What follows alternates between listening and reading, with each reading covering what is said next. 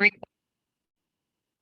everybody. I'm Tracey Quillen Carney. I have the privilege of serving as the First Lady of Delaware, and I also have the privilege of reading a book with you today in honor of World Read Aloud Day. This book is called The Lost Locket of Lewes, and there's a couple reasons we're reading it. One, it's set in one of my favorite places in the world, Lewes, Delaware. Another, it's by a Delaware author, Alana Holland, and also it's beautiful pictures by Judy Love. Another reason we're reading it is that to me, it has a really nice combination of a few historical facts and a lot of imagination. And I like that combination. I also think for those of you who live in Lewes or visit Lewes, I think you'll take a special interest in this book. I'm going to try to read it. I don't think you'll be able to see the words as we go, but I hope you'll be able to see the beautiful illustrations like that one. And you'll see this book was published by the Lewes Historical Society. Another beautiful picture that I recognize as Lewes, Delaware, when I look at that picture. So this is the Lost Locket of Lewes. Over here, Virginia shouted. Rodney directed the beam toward a ghost crab scurrying into its hole. Wow, Rodney said, I see something shiny. Maybe it's part of Blackbeard's treasure. Virginia gently swept sand away. It's a locket, she exclaimed. A locket's a piece of jewelry, like a necklace with a piece that opens up and there's a small object or a picture inside sometimes. Please don't fold books like this if you don't have to. I'm just doing it so you can see the picture, I hope. I can barely read the inscription, Rodney said. Let me see. Virginia reached and accidentally pushed the tiny pin on the side. The locket sprang open. Yuck, what's that? Rodney shivered. It looks like a curl of hair, Virginia explained.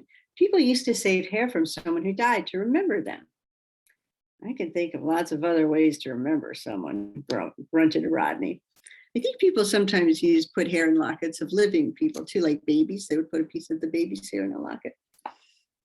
Virginia closed the locket and turned it over. I wonder who RBR is, she mused. RBR, I don't know if you can see that, like someone's initials, a monogram.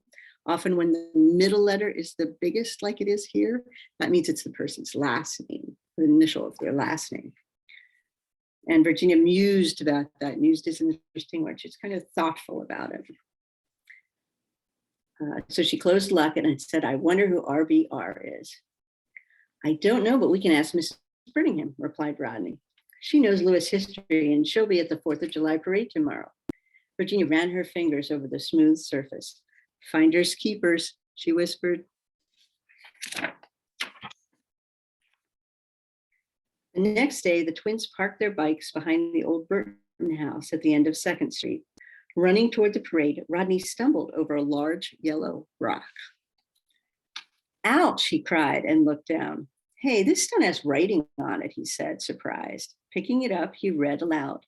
Follow the rabbit and you shall see the wonderful world of 93. A gift once lost, you will provide the joy of truth to feel inside. 93 what? What gift, he murmured. Oh my goodness, look at this picture. A lot going on here. Just then, a little brown rabbit appeared by the corner of the house. As soon as the twins took one step towards it, the rabbit hopped 3 times. The day grew dark as if the sun had slipped magically behind the moon. Then slowly all became light again. In that moment, the world changed. What looks different? I think one thing, the kids look different, don't they? How they're dressed.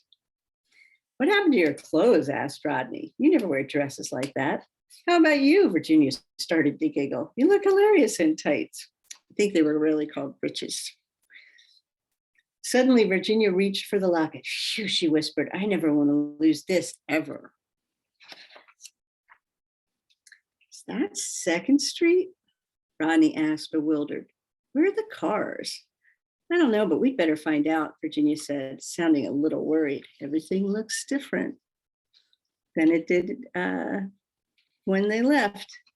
Other people have those old-fashioned clothes on. And look, we're getting a hint.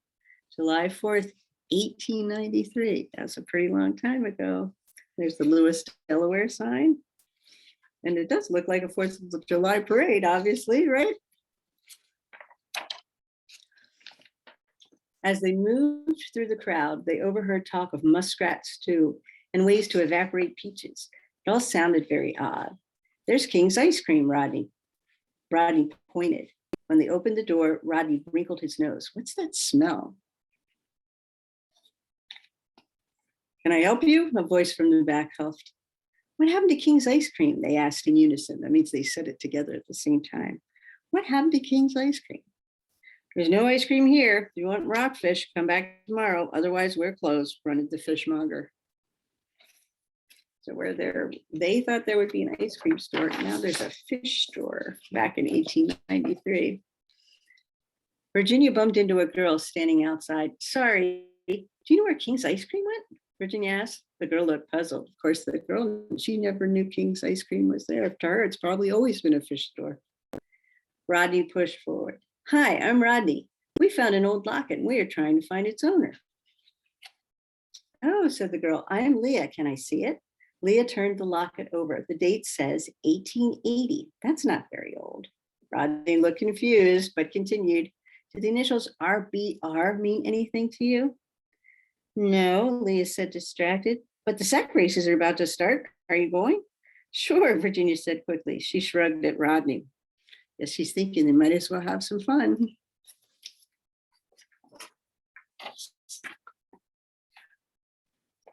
Rodney kept his eyes fixed on Leah. He didn't want to lose her in the crowd.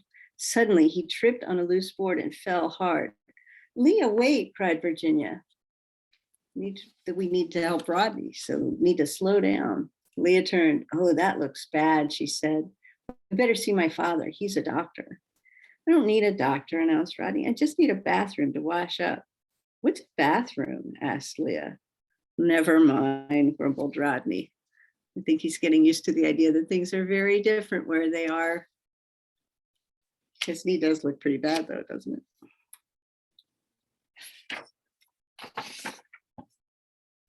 Come on, Leah said. We live past Thompson's clothing store, the big house at the end of the street.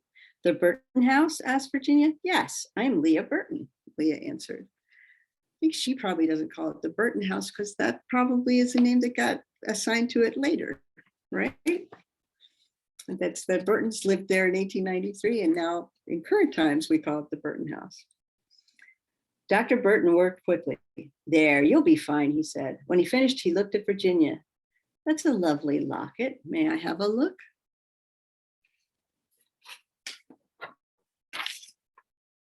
Reluctantly, Virginia handed it to him. She really likes that locket. My mother, Ruth Rodney Burton, lost a locket like this, Dr. Burton continued.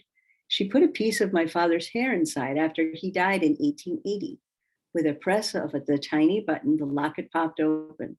Oh, he sighed. He's recognizing it, isn't he? This locket is probably hers, Rodney said excitedly. Hey, Grammy's birthday is in a few days, exclaimed Leah. She'd be so surprised to see her locket again. Yes, added Virginia quietly. I'm sure she'd love to have it back.